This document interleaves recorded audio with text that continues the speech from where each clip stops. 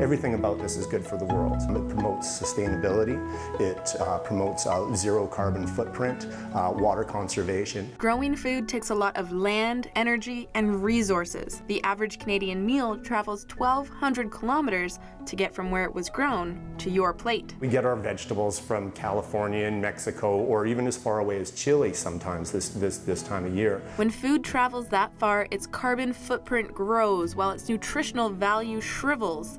But in the grand scheme of things, what can we do?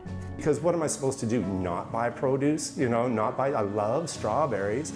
So Mark decided to take matters into his own hands and build his own vertical organic garden using hydroponics. And went online and looked for one similar to what this looks like, and it wasn't available.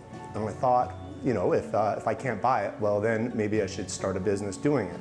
In this system, there is no soil, no pesticides, and no GMOs. And yet, it still delivers. And so I can water 36 plants and in full bloom, in full summer, for about a gallon of water a day. So that's the equivalent of turning on your outside hose for 15 seconds. A pump at the bottom circulates water through the system, and the pipes can be adjusted so the plants get just the right amount of water depending on the stage of growth they're in. But what makes the system really special is it is climate controlled, so the water always wants to be somewhere in around 15 degrees, or the roots want to be 15 degrees Celsius. Keeping everything at a cool 15 degrees is the challenge with most balcony gardens. The sun actually hits the pots as well, which ends up overheating the roots a little bit.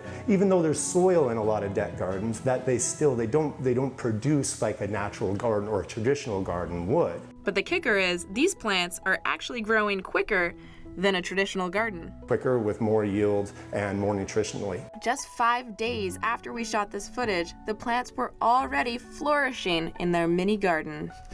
It's back to basics. A lot of people just don't have the space, the time, or the water to garden traditionally anymore. With more people living in urban areas, Mark believes systems like these will help people better connect with their food. 50 years ago, that most people had a garden and they were producing at least some of their food, if not all of their produce. And it's saving him cold, hard cash while he does it.